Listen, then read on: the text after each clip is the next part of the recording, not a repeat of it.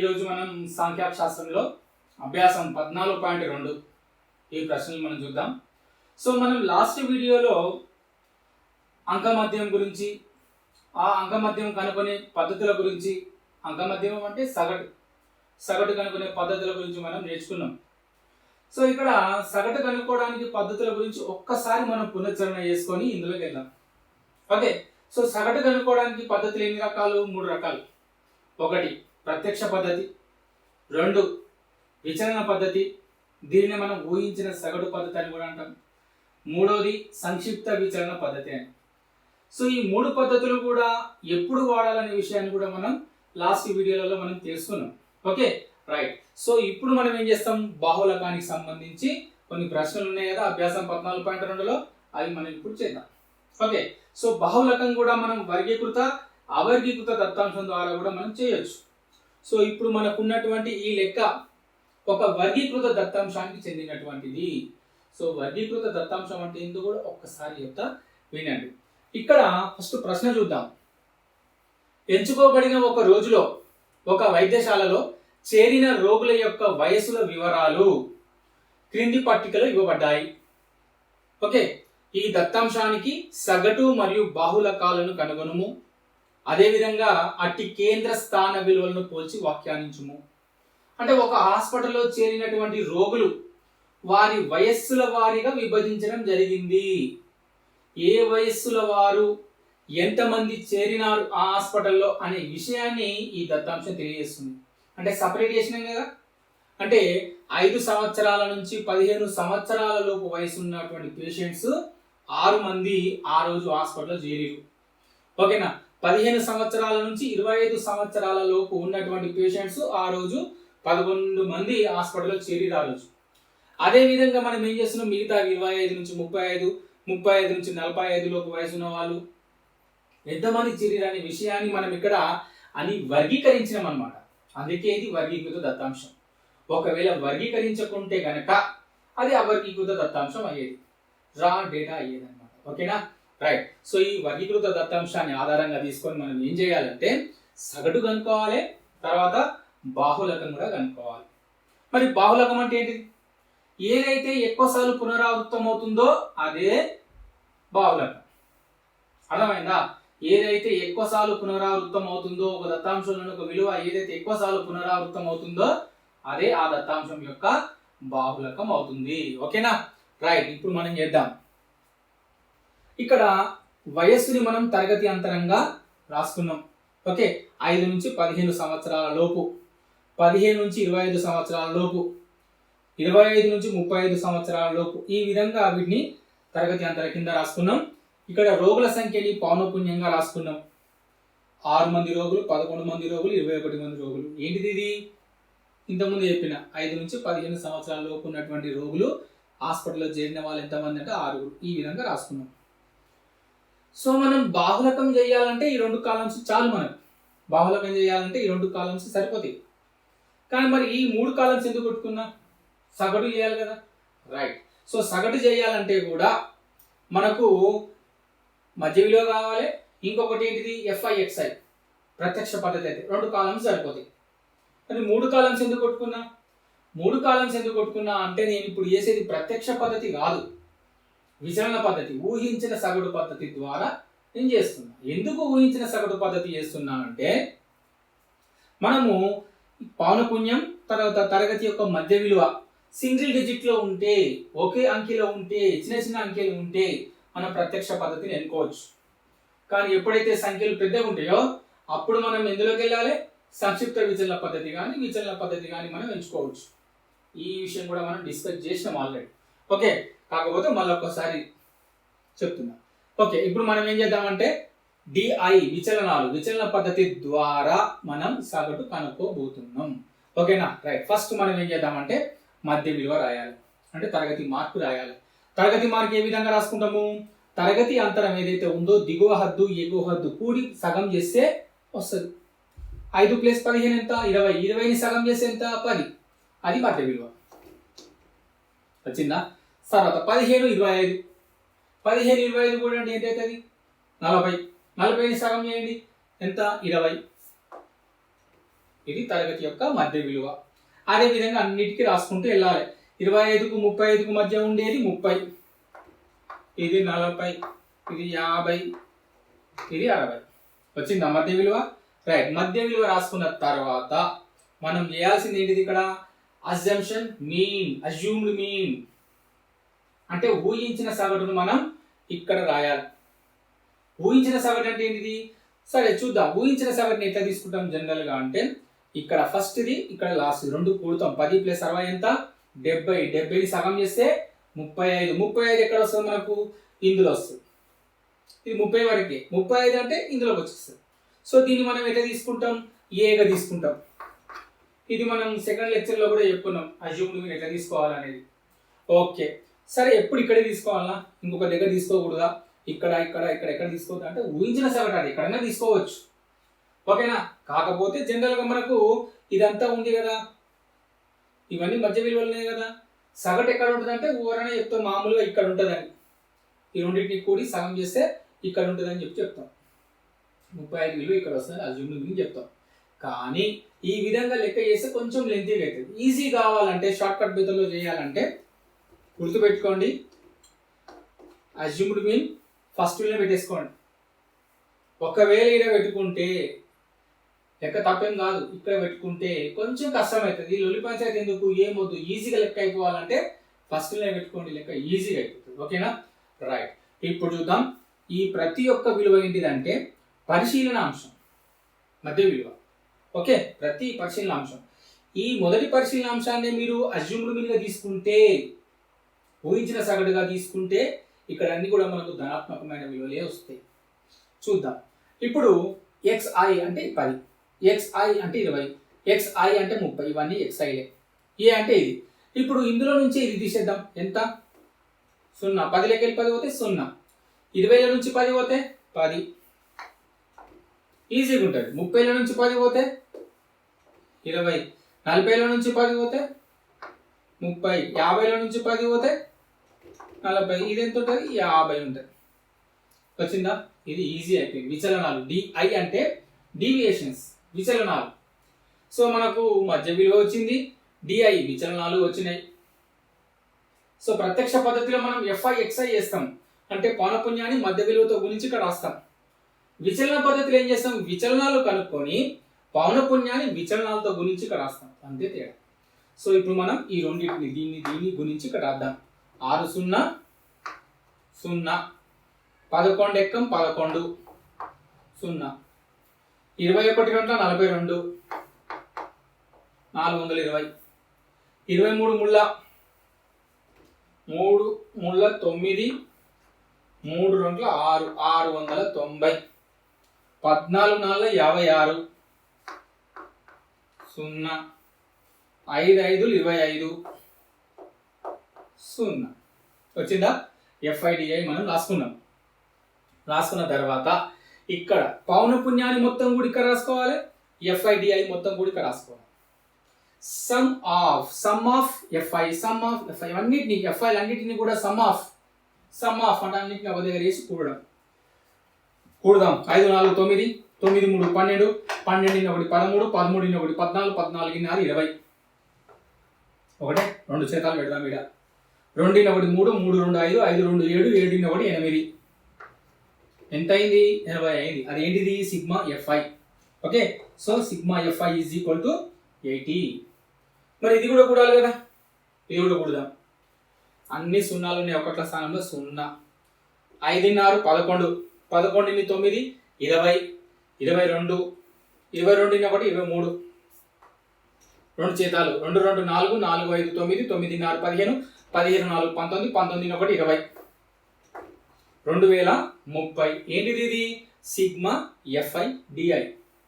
Sigma అంటే గుర్తుపెట్టుకోండి, ఇందులో ఉన్న ప్రతి అంశం గుర్తున్నప్పుడు ఇదంతా ఎఫ్ఐ డిఐ కదా, ఇదంతా గుర్తున్నాం. సిగ్మా అంటే సమ్ ఆఫ్, అన్నిటిని కూడినప్పుడు సిగ్మా సింబల్ వస్తుంది, అంతే. రైట్, మనం ఆల్మోస్ట్ అయిపోయింది. ఇప్పుడు సగటు కనుక్కోవాలి అంటే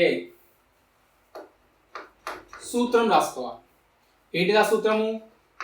సగటు పద్ధతిలో కనుక్కోవాలి. మన ఊహించిన సగటు పద్ధతిలో కనుక్కోవాలంటే విచలన పద్ధతిలో A plus sigma f i DI by sigma f i. ఇది సూత్రం. ఇక్కడ ఏం లేదు, ఎఫ్ఐ డిఐ రాసుకొని సిగ్మా ఎఫ్ఐ. ఇంతకుముందు ప్రత్యక్ష పద్ధతి అన్నప్పుడు just sigma f i x i by sigma f i అది రాసేసుకోవడం సరిపోతుంది ప్రత్యక్ష పద్ధతిలో. ఎప్పుడైతే విచలన పద్ధతికి వస్తున్నావో అక్కడ ఎఫ్ఐ డిఐ విచలనాలు తీసుకుంటున్నావు, ఇక్కడ అజ్యూమ్డ్ మీన్ ని కలుపుతున్నావు అంతే. ఓకే రైట్, సూత్రం గుర్తుపెట్టుకోవాలి. నెక్స్ట్ ఏ. ఏ అంటే ఏంటిది? ఇక్కడ 10 ప్లస్ సిగ్మా ఎఫ్ఐ డిఐ ఎంత? 2030. సిగ్మా ఎఫ్ఐ ఎంత? 80.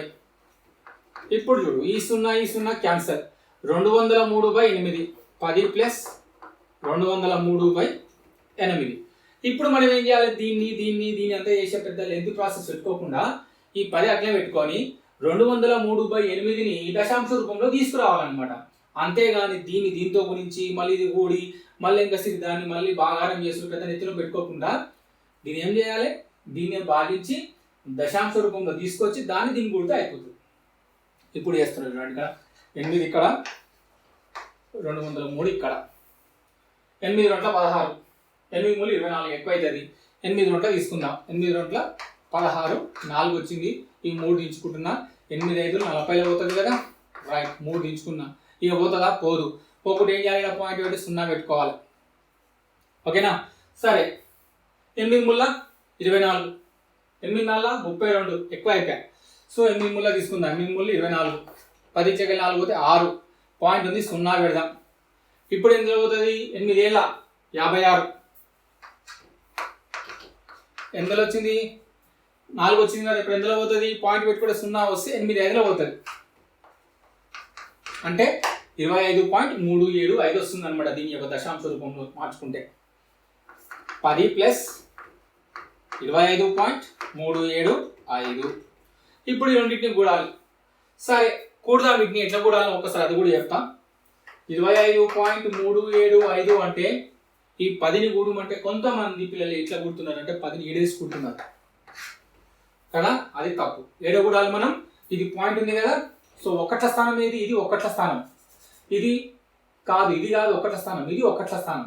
సో ఇది భాగాలు అనమాట. ఇది 10వ భాగం, 100వ భాగం, 1000వ భాగం. అది ఇది 10వ భాగం, 100వ భాగం, 1000వ భాగం. ఇది ఒకట్ల స్థానం, 10ల స్థానం. సో 10 అనేది ఏ విధంగా రాసుకోవాలి? మనం ఇక్కడ రాసుకోవాలి. మరి ఇందులో పాయింట్ ఎక్కడ ఉంటుంది? పాయింట్ ఈడు ఉంటుంది. ఆ పాయింట్ తర్వాత నీ ఇష్టం ఎన్ని సున్నాలనే పెట్టుకోవచ్చు. ఇక కూడుకోవాలి. కూడుకుంటే ఎంత?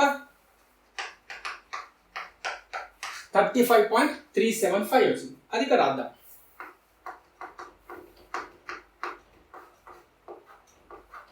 ఏంటిది? ఇది సగటు విచలన పద్ధతిలో మనం ఇచ్చినటువంటి ఈ వర్గీకృత దత్తాంశానికి మనం సగటును కనుక్కున్నాం. Okay right. ఇప్పుడు మనం ఏం చేద్దామంటే బాహుళకం కనుక్కోవాలి. సో మీకు ముందే చెప్పిన బాహుళకం కనుక్కోవాలంటే ఈ 2 కాలమ్స్ సరిపోతాయి మనకు. ఓకేనా రైట్. ఫస్ట్ బాహుళకానికి మనం ఏం చేద్దామంటే సూత్రం రాద్దాం. బాహుళకం అంటే మోడ్. సూత్రం ఏంటిది? L ప్లస్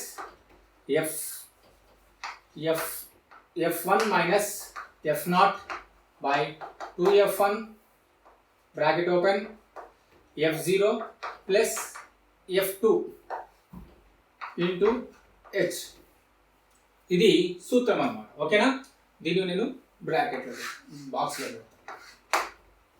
సో మనకి L అంటే ఏంటిది, F0 అంటే ఏంటిది, F1 అంటే ఏంటిది, F2 అంటే ఏంటిది, H అంటే ఏంటిది మనం ఒక్కసారి ఇక్కడ గుర్తు పెట్టుకోవాలి. అంటే రాసుకోవాలి. ఎట్లా రాసుకోవాలి? ఫస్ట్ ఇందులో బహుళకం యొక్క తరగతి ఏదో గుర్తించాలి. బహుళకం తరగతి అంటే ఏంటి? ఇంతకుముందే చెప్పిన పౌనపున్యాల్లో గరిష్ట పౌనపున్యం ఏదైతే ఉంటుందో అది బహుళకం యొక్క తరగతి. గరిష్ట పౌనపున్యం ఎక్కడుందిగా? ఇది అనుకున్నారా? ఇది ఏంటిది? Sigma f i. ఇది గరిష్ట పౌనపున్యం ఉన్నటువంటిది. ఓకే, ఇదేంటిది? ఇది ఇప్పుడు ఇది బాహుళకం యొక్క తరగతి.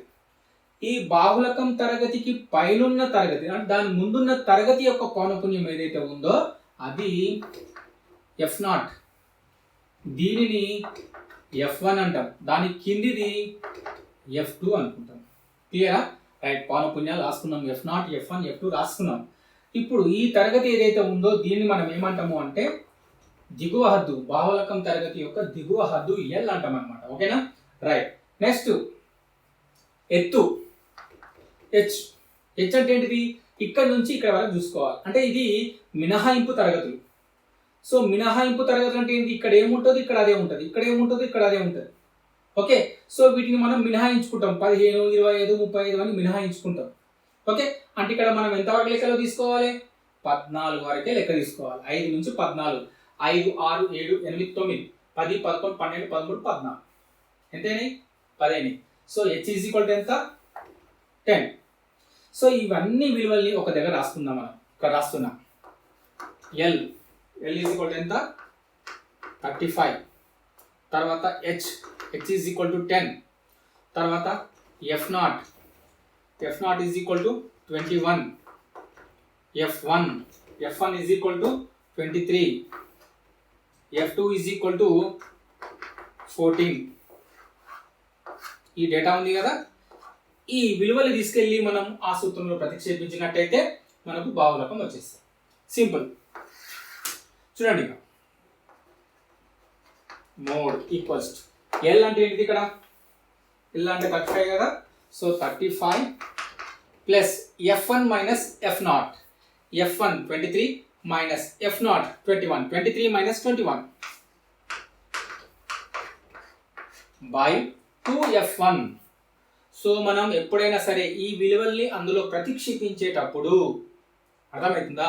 ఈ విలువల్ని అందులో ప్రతిక్షేపించేటప్పుడు డైరెక్ట్ సూక్ష్మీకరించవద్దు, మనం విలువల్ని ప్రతిక్షేపించాలంతే. సో 2కు 2 రాద్దాం. F1 ఎంత? 23.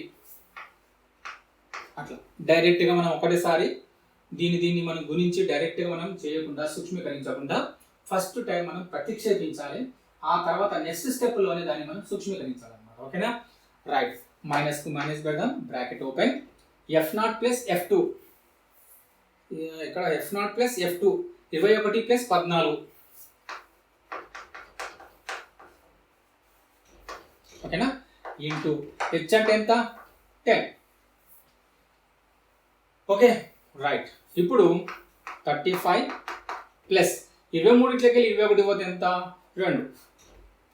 2 23 2 3 6, 2 4 46 మైనస్ 21 ప్లస్ 14, 4 1 5, 2 1 3 35 ఇంటూ 10.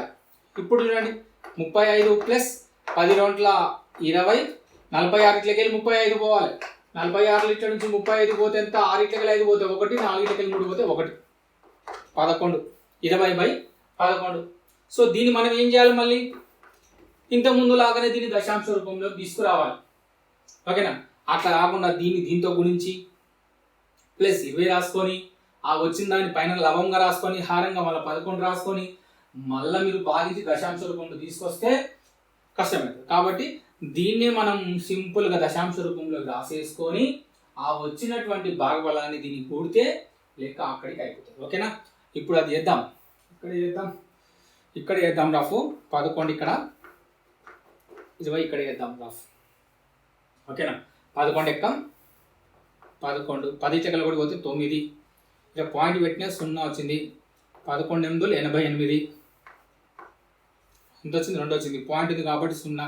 11 ఎక్కం 11, 10 చెక్కలు కూడా పోతే 9. ఓకే, పాయింట్ ఉంది కాబట్టి 0. 11 8 88. ఎంత వచ్చింది? 1.818 వస్తుంది సుమారుగా. సో మనం ఇక రాద్దాం. 35 ప్లస్ 1.818. సో ఈ రఫ్ వర్క్ తీసేద్దాం, అయిపోయింది కదా. రైట్. ఇప్పుడు ఈ రెండింటిని కూడితే మనకి ఏమొస్తుంది చూద్దాం. 35 ప్లస్ 1.818 అంటే 36.818. ఏంటిది? ఇది బాహుళకం. సో మనకు వచ్చింది ఇదేమో సగటు, అదేమో బాహుళకం. రెండు దరిదాపులో సుమారుగా ఉన్నాయి. మరి ఇప్పుడు మనం ఏం చేయాలి?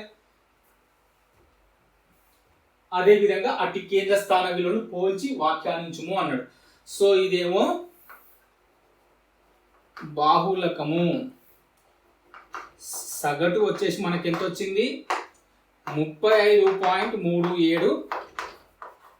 రెండు ఒక దగ్గర రాసినాం, పోల్చిన తర్వాత వ్యాఖ్యానించాలి కదా, వ్యాఖ్యానిద్దాం.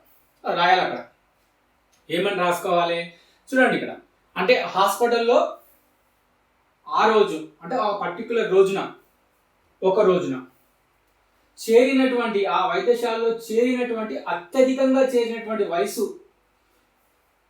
36.818 వయసు ఉన్న వాళ్ళు, అంటే ఆల్మోస్ట్ 36 సంవత్సరాల వయసు ఉన్న వాళ్ళే ఎక్కువగా చేరారు అనమాట. ఎంత 36.818 వయసు ఉన్న వాళ్ళే ఎక్కువగా ఆ రోజున హాస్పిటల్లో చేరారు. మరి సరాసరిన అంటే అన్ని వయసుల వాళ్ళని లెక్కలో తీసుకుంటే వచ్చేది సరాసరి. ఓకేనా? సో సరాసరిన హాస్పిటల్లో చేరిన వారి సగటు ఎంత అంటే 35.375. అదే మన కింద వర్డ్స్ లో రాయాలన్నమాట. ఓకేనా? రైట్. నెక్స్ట్ మనం రెండో లెక్క చూద్దాం. రెండవది, ఈ క్రింది పట్టికలో 225 విద్యుత్ పరికరాల జీవితకాల అంటే గంటలలో ఇచ్చింది ఇక్కడ జీవితకాలము వివరాలు ఇవ్వబడ్డాయి. ఆ దత్తాంశం ఏంటంటే ఇక్కడ జీవితకాలం, ఆ విద్యుత్ పరికరాల జీవితకాలం ఎట్లా ఉందంటే అక్కడ 10 విద్యుత్ పరికరాలు ఉన్నాయి. వాటి యొక్క జీవితకాలం ఎట్లుందంటే 0 నుంచి 20 గంటల లోపు మాత్రమే ఉంది. ఎన్ని విద్యుత్ పరికరాలు? 10 విద్యుత్ పరికరాలు. ఓకే, 35 విద్యుత్ పరికరాలు ఉన్నాయి. ఓకే, వాటి జీవితకాలం ఎట్లా ఉంది? 20 గంటల నుంచి 40 గంటల లోపు ఉంటాయి. సో ఈ విధంగా వాటి జీవిత కాల ప్రమాణాలను బట్టి ఆ విద్యుత్ పరికరాలని మనం వర్గీకరించుకోవడం జరిగింది ఇక్కడ దత్తాంశంలో. ఓకే, సో ఈ విధంగా 10, 35, 52, 61, 38, 29 ఏంటివి అంటే విద్యుత్ పరికరాలు. ఆ విద్యుత్ పరికరాలని వాటి యొక్క జీవిత కాల ప్రమాణాల ప్రకారం వర్గీకరించుకొని ఈ దత్తాంశం తయారు చేసుకున్నాం. కాబట్టి ఇది ఏ దత్తాంశం? ఇది వర్గీకృత దత్తాంశం. సో ఈ వర్గీకృత దత్తాంశం నుంచి మనం ఏం కనుక్కోవాలి? బాహుళకాన్ని కనుక్కోవాలి. Okay, right. బాహుళకాన్ని ఎట్లా కనుక్కుందామో చూద్దాం. ఫస్ట్ ఇక్కడ జీవితకాలం, దాన్ని మనం ఏమనుకోవాలి? తరగతి అంతరంగా తీసుకోవాలి. Okay, right. తరగతి అంతరంగా తీసుకుందాం.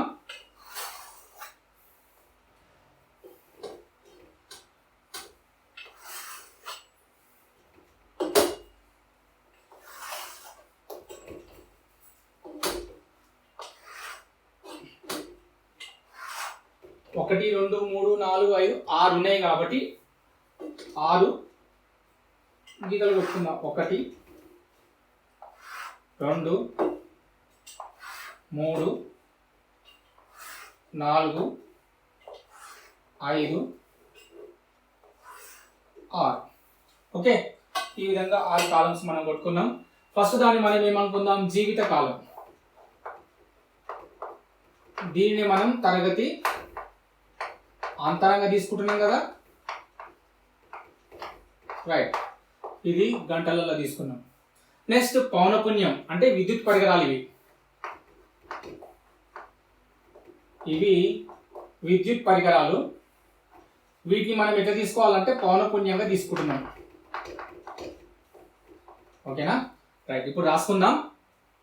0 నుంచి 20, నెక్స్ట్ 20 నుంచి 40, 40 నుంచి 60, 60 నుంచి 80, 80 నుంచి 100, 100 నుంచి 120, 120 వరకు ఉంది కాబట్టి 120 వరకు రాసుకున్నాం. ఓకే, నెక్స్ట్ వాటి పౌనపున్యం కూడా రాసుకోవాలి కదా. 10, 35, 52, 61, 38, 29. Okay, right. ఇప్పుడు మనం ఏం చేయాలి? బాహుళకాన్ని కనుక్కోవాలి. సో బాహుళకాన్ని ఎట్లా కనుక్కుంటాం మనము? ఫస్ట్ బాహుళకం యొక్క తరగతిని మనం గుర్తుపట్టాలి. ఏది బాహుళకం యొక్క తరగతి? గరిష్ట పౌనపున్యం కలిగిందే బాహుళకం యొక్క తరగతి. 10, 35, 52, 61, 38, 29 ఇవన్నీ పౌనపున్యాలు. ఇందులో గరిష్ట పౌనపున్యం ఏది? 61. సో ఇదే బాహుళకం యొక్క తరగతి. Okay, right. ఇది బాహుళకం యొక్క తరగతి. ఇక్కడ దీన్ని దిగువ హద్దు ఏదైతే ఉందో దాన్ని మనం ఏమంటాం? ఎల్ అంటాం. ఓకే, సో ఈ బాహుళక తరగతికి ముందున్న తరగతి యొక్క పౌనపున్యం ఏదైతే ఉందో దాన్ని మనం ఏమంటాం? F0, F0. దీనిని F1. బాహుళకం తరగతి యొక్క కింది తరగతి యొక్క పౌనపున్యాన్ని మనం F2 F2 అంట. ఇంకొకటి ఏం కనుక్కోవాలి, హెచ్ కనుక్కోవాలి. అంటే బాహుళకం తరగతి కాకుండా ఇక్కడ తరగతి అంతరం ఉంది కదా, అన్నిటికీ సేమ్ ఉంటుంది. ఇదొకటి ఉండదు, అన్నిటికీ ఒకటే ఉంటుంది. సో దీని యొక్క తరగతి అంతరం యొక్క పొడవు కనుక్కోవాలి. సో పొడవు అంటే ఏంటిది, హెచ్. ఇది కూడా మినహాయింపు తరగతులే. సో ఇక్కడ 20 ఉంది, ఇక్కడ 20 ఉంది, ఇక్కడ 40 ఉంది, ఇక్కడ 40 ఉంది. కాబట్టి వీటిని మినహాయించుకుంటే 20 తీసుకోకూడదు. ఏం తీసుకోవాలి, 19 వరకే తీసుకోవాలి. 0 నుంచి 19 లెక్క పెట్టుకుంటే 0, 1, 2, 3 లెక్క పెట్టుకుంటే 19 వరకు తరగతి పొడవు ఎంత, 20. ఓకేనా, ఎక్కించుకోండి. 0, 1, 2, 3, 4, 5, 6, 7, 8, 9, 10, 11 లెక్క పెట్టండి. 19 వరకు మనకి 20 వస్తాయి. క్లియర్. సో మనకి ఇక్కడ L వచ్చింది, H వచ్చింది, F0 వచ్చింది, F1 వచ్చింది, F2 వచ్చింది. సో మనం ఇప్పుడు రాయాల్సింది ఏంటిది, బాహుళకం యొక్క సూత్రం రాసుకోవాలి. Okay right. బాహుళకము mode equals to L plus, ఎట్లా రాయాలి సూత్రము చూడండి, F1 లో నుంచి F0 తీసేయాలి. F0 మైనస్ F0 బై దీని అంటే బాహుళకం తరగతి యొక్క పౌనఃపున్యాన్ని రెట్టింపు చేసి, అంటే 2F1 మైనస్ ఏం తీసేయాలి, ఈ రెండింటి యొక్క మొత్తాన్ని తీసేయాలి. F0 plus F2, F0 plus F2 ఈ రెండింటి యొక్క మొత్తాన్ని తీసేయాలి. తర్వాత దానికి మనం హెచ్తో గుణించాలి, తరగతి యొక్క పొడవుతో గుణించాలి. ఇది సూత్రం. దీన్ని మనం బాక్స్లో పెట్టుకొని ఇప్పుడు ఏం చేయాలంటే వీటి విలువల్ని ఒక్కొక్కటిగా రాసుకోవాలి. L బాహుళకం తరగతి యొక్క దిగువ హద్దు ఎంత, 60. ఓకే నెక్స్ట్ F1 ఎంత వచ్చింది, 61. ఓకే నెక్స్ట్ F0 ఎంత, 52. F2 ఎంత వచ్చింది, 38. H ఎంత, 20. అన్నీ వచ్చినాయి కదా, H ఒకటి రాలే, H వచ్చింది. ఇప్పుడు L 60, F0 minus F1 minus F0, F1 minus F0 61 minus 52, 61 minus 52. Okay right. 2F1 రెండు రాసి F1 రాయాలి. F1 అంటే ఎంత, 61. Okay right. Next minus F0 plus F2, F0 plus F2 రెండింటికి కూడా 52 ప్లస్ 38 అయిపోయింది ఇంటూ H ఎంత, 20. ఇప్పుడు ఈ విలువలన్నిటిని కూడా ఆ సూత్రంలో మనం ప్రతిక్షేపించినాం. ఓకే రైట్, ఒక పని అయిపోయింది కదా. నెక్స్ట్ ఇప్పుడు 60కి 60 రాసుకుందాం. 61 నుంచి 52 పోతే 9. Okay by 2 into 61, 2 ఎక్కం 2, 2 6ల 12, 122 minus 8 2 10, 5 3 8 1 9 into 20. Okay 60 plus 9 2 18 అంటే 180 బై 122లో నుంచి 90 తీసేయాలి. 122లో నుంచి 90 తీసేయాలి. 2 2 9 1 2 3 ఎంత, 32. ఎంత వచ్చింది, 32. అది ఇక్కడ రాయాలి. రైట్. ఇప్పుడు దీన్ని మనము సాధ్యమైనంత వరకు సూక్ష్మీకరించుకొని ఆ తర్వాత భాగారం చేసుకుంటే బెటర్. లేదా డైరెక్ట్ 32తో భాగించాలంటే 32వ ఎక్కం పెద్దది కాబట్టి కష్టమవుతుంది. ఒకవేళ కొట్టుడు పోతే కొట్టేసుకుంటే మనకి ఇంకా సులభమే. ఇక్కడ కొట్టేస్తున్నా. 180 బై 32 ఉంది కదా, ఎందులో పోతుంది, 4 ఎక్కంలో పోతుంది. 4 8 32. ఇది 4 4 16, 2 మిగులుతుంది, 4 5 20, 45 బై 8 ఎంత వచ్చింది, 45 బై 8. సో నెక్స్ట్ స్టెప్లో రాస్తున్నా 60 ప్లస్ 45 బై 8. సో 45 బై 8ని మనం ఇప్పుడు ఏం చేయాలి, ఇప్పుడు దీన్ని దశాంశ రూపంలోకి మార్చుకోవాలి. దశాంశ రూపంలో మార్చుకోవాలంటే భాగించాలి. Okay right. 8 5 40, 5 వచ్చింది. పాయింట్ పెడితే 0. ఇప్పుడు 8 6 48, 6లో పోతుంది కదా, 2 వచ్చింది. పాయింట్ ఆల్రెడీ ఉంది కాబట్టి 0 పెట్టుకుందాం. 8 2 16, ఓకే 10 ఇటుకలు 6 పోతే 4 పాయింట్ ఆల్రెడీ ఉంది, 0 పెడదాం. 5 40 వచ్చింది. ఎంత? 5.625. So 60 plus 5.625. Okay right. ఇప్పుడు మనం ఏం చేద్దామంటే ఆ రెండింటిని కూడదాం. చూడండి, ఈ రెండింటిని కూడితే మనకి ఎంత వస్తుంది బాహులకము? సో బాహులకం ఈజ్ ఈక్వల్ టు 60కి 5 కూడండి, 65. 65.625. ఇది మనకు బాహులకం అన్నమాట. సో బాహులకం ఏం బాహులకం అది? ఈ విద్యుత్ పరికరాల యొక్క జీవిత కాలం 65.625. ఓకే, అన్ని గంటలు ఉంటాయి, 61 పరికరాలు ఉన్నాయి. ఆ 61 ఇది బాహులకం కదా. ఈ 61 పరికరాలు ఏవైతే ఉన్నాయో విద్యుత్ పరికరాలు, వాటి యొక్క జీవిత కాలం ఎంత అంటే గరిష్టంగా 65.625 గంటలు. అవసరమైతే మీరు గంటలను కూడా పెట్టుకోవచ్చు. రైట్.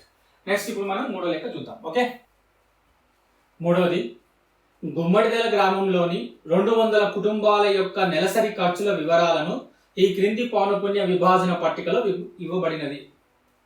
అట్టి కుటుంబాల నెలసరి ఖర్చుల బాహులకాన్ని కనుక్కోండి, అదేవిధంగా నెలసరి సరాసరి ఖర్చును కనుక్కోండి అన్నాడు. సో ఇక్కడ మనం చేయాల్సింది బాహులకం చేయాలి, సగటు కూడా చేయాలి. రైట్. సో ఇక్కడ సగటు చేసేటప్పుడు గమనించాలి, ఇక్కడ తరగతి అంతరంలో పెద్ద పెద్ద విలువలు ఉన్నాయి, సంఖ్యలు పెద్దగా ఉన్నాయి. ఈ పౌనపున్యం కూడా 2 అంకెల సంఖ్యలే ఉన్నాయి.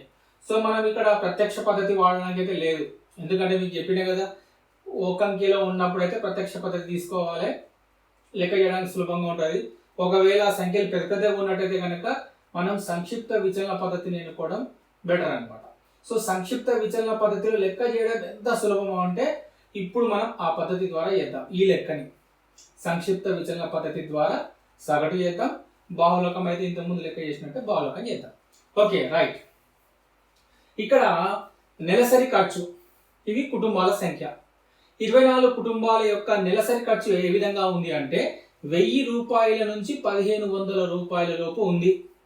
40 కుటుంబాల యొక్క నెలసరి ఖర్చు ఏ విధంగా ఉందంటే 1500 రూపాయల నుంచి 2000 రూపాయల లోపు ఉంది. ఈ విధంగా ఒక వర్గీకృత దత్తాంశాన్ని మనము ఇక్కడ చూడొచ్చు. ఈ వర్గీకృత దత్తాంశం నుంచి మనం ఫస్ట్ ఏం కనుక్కుందాం? బాహులకం కనుక్కుందాం. ఓకే, సో బాహులకంలో మనం బహుళక తరగతి కనుక్కోవాలి కదా. బహుళక తరగతి అంటే ఏం చేయాలి? గరిష్ట పౌనపున్యం ఎక్కడుందో చూడాలి. ఎక్కడుంది గరిష్ట పౌనపున్యం? ఇక్కడ ఉంది. ఏంటిది అది? 40. సో ఇది బాహుళక తరగతి, ఇది బాహుళక తరగతి. సో దీన్ని మనం F1 అనుకుంటాం, దీని పైది F0 అనుకుంటాం, కిందిది F2 అనుకుంటాం. ఓకే సరే. ఇప్పుడు ఈ బాహుళక తరగతి యొక్క తరగతి అంతరంలో దిగువ హద్దును L అనుకుంటాం. Okay right. అదే విధంగా H కావాలి. H అంటే ఏంటిది? ఇక్కడ 1000 నుంచి ఇక్కడ 1500 వరకు ఉంది కదా. 1500 మళ్ళీ ఇక్కడ 1500 ఉంది. ఇది మినహాయింపు తరగతులు. ఓకేనా? 1000 నుంచి 1500 తీసుకోకుండా దానికన్నా ఒక సంఖ్య ముందు 1499 వరకు తీసుకోవాలన్నమాట. లెక్కించుకుంటే ఎంత అవుతుంది? 500 అవుతుంది. సో మనం ఈ విలువలన్నీ కూడా అక్కడ రాద్దాం ఫస్ట్. సో బాహుళకం యొక్క సూత్రం రాసిన తర్వాత అవి రాద్దాం. బాహుళకము is equal to L plus F1 minus F0 by 2F1 minus of F0 plus F2 into H. ఇది ఓకేనా? ఇప్పుడు ఏం చేయాలి? మనం L రాయాలి. L అంటే ఏంటిది? దిగువ హద్దు, బాహుళకం తరగతి యొక్క దిగువ హద్దు 1500. ఓకే, తర్వాత H ఎంత? మనకు 1499 వరకే తీసుకోవాలి 1000 నుంచి. సో మనకి ఎంత అవుతుంది? 500 అవుతుంది. తర్వాత F0 ఎంత? 24. F1 ఎంత? 40. F2 ఎంత? 33 అని వచ్చేసినాయి. సో బాహుళకం కనుక్కోవాలంటే మనకు కావలసినటువంటి విలువలు 5. ఒకటి L, H, F0, F1, F2. ఈ 5 ఉంటే చాలు. ఈ 5ని తీసుకెళ్లి మనం బాహుళకం యొక్క సూత్రంలో ప్రతిక్షేపిస్తే మనకు బాహుళకాన్ని మనం కనుక్కోవచ్చు. రైట్. ఇప్పుడు చేద్దాం. L 1500 plus F1 minus F0 40 minus 24 divided by 2F1. So 2 into F1 అంటే ఎంత 40 minus of F0 plus F2 24 plus 33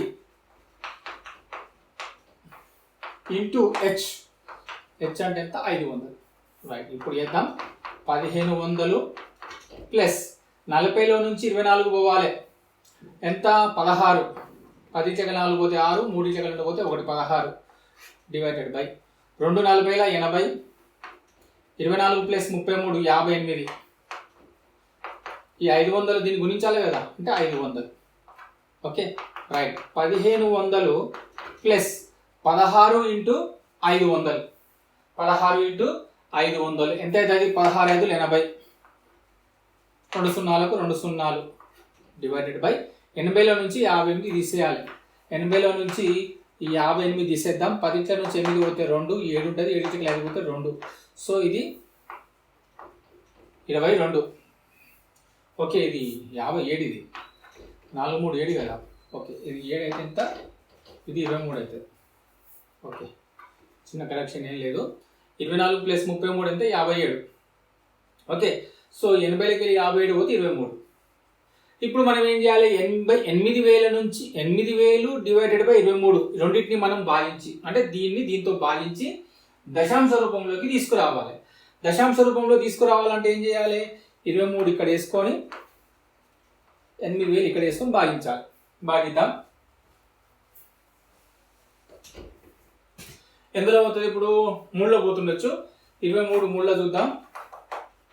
3 3 9, 3 2 6 69. 23 4లో తీసుకుంటే 4 3 12, 4 2 మీద 1 9 92 ఎక్కువ అయిపోయింది. సో 3లో తీసుకుందాం. 3 3 9, 3 2 6. 10 9 పోతే 1. ఇక్కడ మనకి ఎంత వచ్చింది, 7 పోతే 1 11 వచ్చింది. రైట్, ఇప్పుడు ఏం చేయాలి, మనం ఈ 0ని దించుకోవాలి కదా. 0 దించుకుందాం. సో ఇక్కడ 92 ఉంది.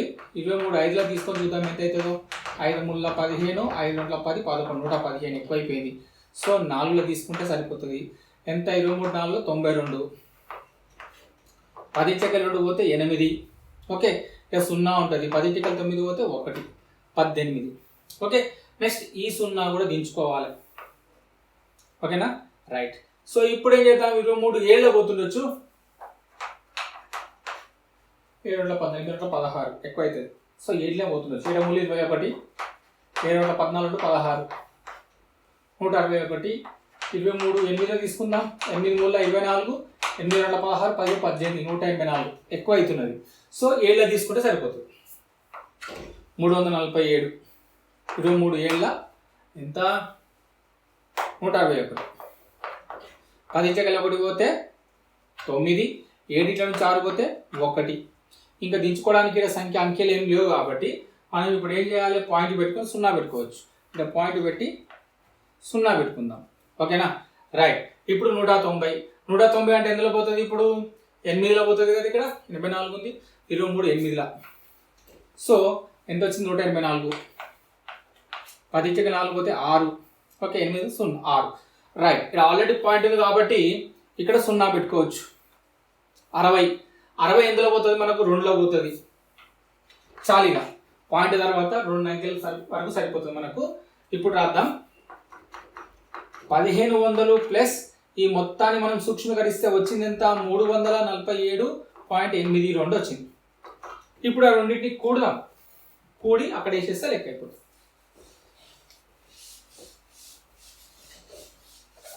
చూడండి, ఇక్కడ 1500 ఇది కూడాలి 347.82. ఓకేనా. ఇందులో పాయింట్ ఎక్కడ ఉంటుంది, చివర్లో. అవతల ఎన్ని సున్నాలనే పెట్టుకోవచ్చు మనం. 2 8 పాయింట్ కింద పాయింట్. ఇది 7, ఇది 4, ఇది 8 1. సో 1847.82. ఏంటిది, ఇది బాహుళకం. సో బాహుళకం అనేది మనకు వచ్చింది. ఇది ఏంటిది, ఇది నెలసరి ఖర్చు. ఇన్ని కుటుంబాలు ఉన్నాయి కదా, అన్ని కుటుంబాలలో 1847 రూపాయలు అనేటువంటిది అట్టి కుటుంబాల యొక్క నెలసరి బాహుళకం యొక్క ఖర్చు అనమాట, అది రూపాయలలో. సో మనం ఇక్కడ రాసుకోవచ్చు రూపాయలు అని చెప్పి కూడా రాసుకోవచ్చు. 1847 రూపాయల 82 పైసలు అని చెప్పి రాసుకోవచ్చు. ఓకేనా? రైట్. ఇది ఏమైపోయింది, మనకు బాహుళకం వచ్చింది. నెక్స్ట్ చేయాల్సింది ఏంటిది, ఇక్కడ సగటు చేయాలి. ఓకేనా? ఇది దూడిపేస్తా. నెక్స్ట్ సగటు చేద్దాం. సో దీని ఆన్సర్ ఇక్కడ రాసి పెడదాం. బాహుళకంది ఇది బాహుళకంది. ఓకే,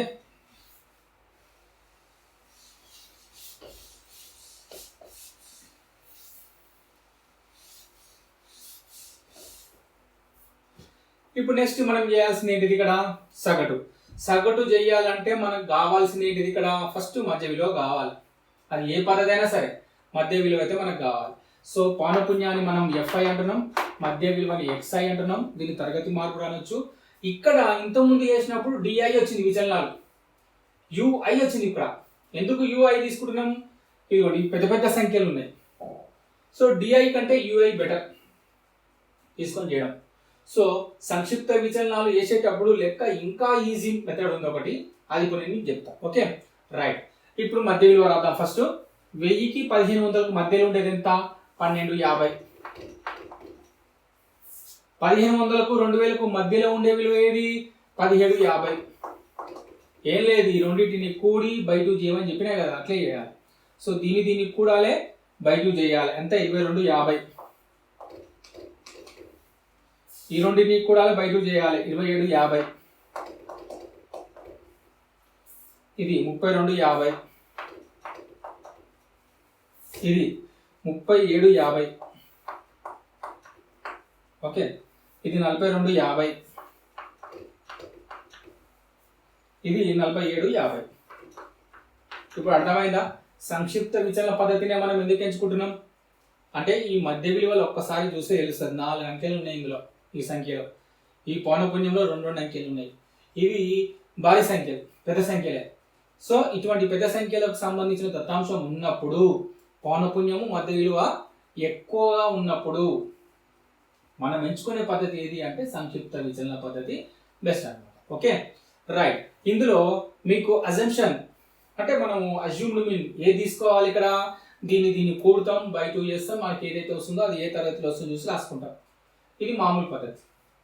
సో మనకి ఈజీ మెథడ్ కావాలి కదా. సో ఈజీ మెథడ్ కావాలంటే ఫస్ట్ దే ఊహించిన సగటుగా తీసుకోవాలి. మధ్య విలువలో ఫస్ట్ దే ఊహించిన సగటుగా తీసుకోండి, ఈ లెక్క మీకు ఈజీ అవుతుంది. ఫస్ట్ మనం ఏం చేద్దాం, సంక్షిప్త విచలనాలు is equal to XI minus A by H. XI minus A by H. సింపుల్గా మీరు ఏం చేసుకోవచ్చు, ఇక్కడ 0 1 2 3 4 5 6 7 రాసేయచ్చు. ఎట్లా వచ్చినాయో చెప్తే ఇప్పుడు ఇది ఏంటిది, XI ఇవన్నీ XIలే. ఇందులో నుంచి తీసేస్తే ఎంత, 0. ఆ 0ను దేంతో భాగించాలి, మనం Hతో భాగించాలి. H ఎంత, 500 కదా. ఇంతకుముందు మనం అనుకున్నాం, ఇక్కడ రాస్తాయి H is equal to 500. So XI minus A అంటే 1250 నుంచి 1250 తీసేస్తే 0. ఆ 0 బై H అంటే 0 బై 500 ఎంతైతే 0. 0కి ఏది వచ్చినా 0నే కదా, కాబట్టి 0 రాసుకుందాం. నెక్స్ట్ ఇది తీసుకుందాం. ఇది ఒకటి ఎట్లా వచ్చింది, ఇందులో నుంచి తీసేయాలి. ఇక్కడ చేస్తారా, 1750లో నుంచి 1250 తీసేయాలి, 500 వచ్చిందా. ఇప్పుడు 500 వచ్చింది కదా, అదేంటి, అది XI minus A by H. H అంటే ఎంత, 500. 500 బై 500 ఎంత, 1 వచ్చిందా. అది నెక్స్ట్ ఇది ఎట్లా వచ్చింది, 2. అది చూద్దాం. ఇందులో నుంచి తీసేయాలి, 2250లో నుంచి ఏం తీసేయాలి, 1250 ఎంత, 1000. సో 1000 బై 500 అంటే ఎంత, 2. అట్లా 2 వచ్చింది.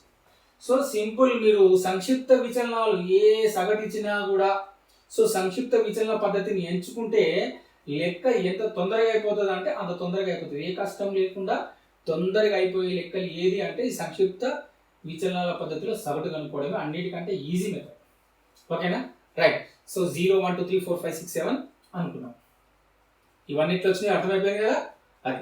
So next f i u i. F i u i అంటే ఇంతకుముందు చేసినట్టే మనం ఎఫ్ను ఇక్కడ యును ఈ రెండింటిని ఏం చేయాలి, గుణించి అక్కడ రాయాలి. 24 సున్నాల 0. ఓకే, 40 ఎక్కం 40, 33 రెంట్ల 66.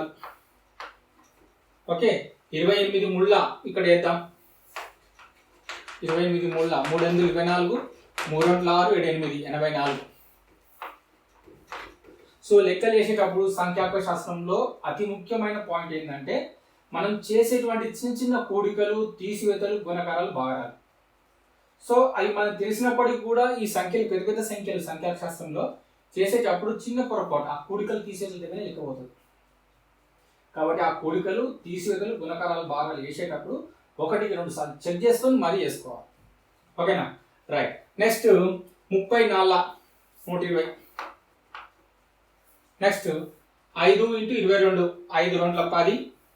చూడండి 22 × 5, 5 రెంట్ల 10, 5 రెంట్ల 10 ఒకటి 11, 110. Okay, next 16 6ల 96,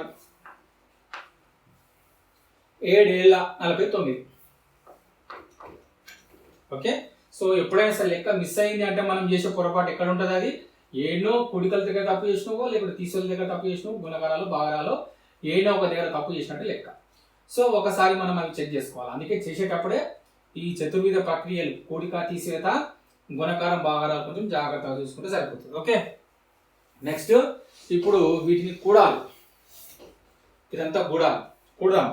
9 × 15, 15 4 19, 19 × 25. ఇవి 2 చేతాలు పెట్టుకోవాలి.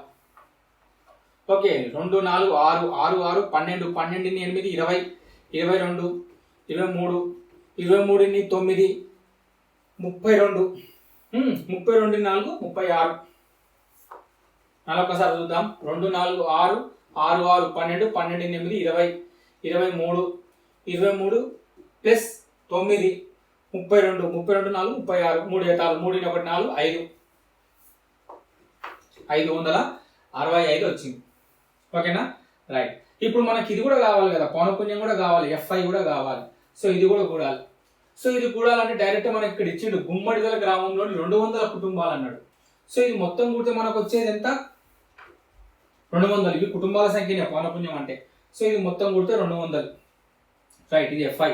సో మనకి ఎఫ్ఐ యుఐ వచ్చింది, ఎఫ్ఐ వచ్చింది. మరి సగటు ఎట్లా కనుక్కుంటాం, సింపుల్. ఇక్కడ సగటు కనుక్కోవాలంటే ఇంతకుముందు మనం చేసినప్పుడు A plus sigma f i DI by sigma FI చేసినాం విచలనాల పద్ధతిలో చేసేటప్పుడు. సంక్షిప్త విచలనాలు చేసేటప్పుడు ఇక్కడ డిఐ లేదు, యుఐ ఉంది. సో ఇక్కడ మనం ఏం చేద్దాం, డిఐ తీసేసి యుఐ పెడదాం. ఇంకొకటి ఎక్స్ట్రా ఏమొస్తుంది, హెచ్ వస్తుంది. ఎందుకంటే ఇక్కడ హెచ్తో భాగించినాం కాబట్టి అక్కడ హెచ్ పెట్టి గురిస్తాం, అంతే తేడా. ఓకే, ఇది ఏంటిది, ఇది సూత్రం. ఇప్పుడు లెక్క చేద్దాం. ఏ ఏంటిది, అది ఏ 1250. ఓకే, అది ఇక్కడ రాద్దాం. 1250 ప్లస్ సిగ్మా ఎఫ్ఐ యుఐ. ఈ మొత్తాన్ని మనం కూడితే మనకి ఎంత వచ్చింది, 565 బై సిగ్మా ఎఫ్ఐ ఎంత, 200 ఇంటూ హెచ్. హెచ్ అంటే మనం ఇంతకుముందు రాసుకున్నాం 500 అని, 500 రాసుకున్నాం. ఇక్కడ సింపుల్, ఈ 2 సున్నాలకు ఈ 2 సున్నాలు కట్. Okay, right. 1250కి 1250 ప్లస్ 5 5 25. ఇక్కడ గుణకారం చేద్దాం. 565ను దేంతో గుణించాలి, 5తో గుణించాలి. 5 5 25, 5 6 30, 32, 5 5 25, 25 3 28. అంటే 2825/2. సో 1250 ప్లస్ దీన్ని మనం భాగించుకోవాలి. సరే, భాగిద్దాం. 28 25ను 2తో భాగించాలి. 2 ఎక్కం 2, ఇక్కడ 8 ఉంది. 2 4 8, 2 దించుకుంటావు. 2 ఎక్కం 2, 5 దించుకుంటావు. 2 2 4, 1 దించుకుంటావు. ఇక్కడ పాయింట్ పెడితే ఏమైంది, 0 వచ్చింది. ఇక్కడ 5 పెడదాం. 2 5 10. సో ఎంత వస్తుంది మనకు, 1412.5. ఇది భాగిస్తే మనకు వచ్చినటువంటి దశాంశ రూపం.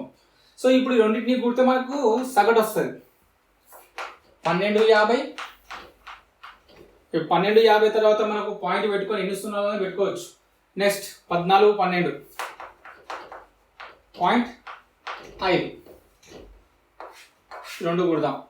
0.5 2 5 1 6 4 2 6 1 1 2 జెఫర్ 2 6 6 2.5 ఏంటిది ఇది సగటు. సో మనకు బాహుళకం 1847.82 వస్తే సగటు వచ్చేసి 2662.5 వచ్చింది అనమాట. సో ఇక్కడ మనం అడిగినటువంటి బాహుళకాన్ని అంటే ఆ కుటుంబాల నెలసరి ఖర్చులటువంటి బాహుళకాన్ని కనుగొన్నాం. అదే విధంగా నెలసరి సరాసరి ఖర్చు 2662 రూపాయల 50 పైసలు. ఇది కూడా మనం కనుక్కోవడం జరిగింది. ఓకే, నెక్స్ట్ మనము 4వ లెక్క 5, 6 లెక్కలు అనేటివి నెక్స్ట్ లెక్చర్లో చెప్పుకుందాం. ఓకే, సో ఫస్ట్ మీరు చేయాల్సింది ఏంటంటే తరగతి యొక్క బాహుళక నిర్దేశించేటప్పుడు మనం బాహుళక తరగతిని ఏది తీసుకుంటాం, బాహుళక తరగతిని ఎట్లా నిర్ధారిస్తాం అంటే పౌనఃపున్యంలో దేనిని బాహుళక తరగతిగా నిర్ధారించాలి, దాన్ని మీరు కామెంట్ సెక్షన్లో పెట్టండి. Okay, right.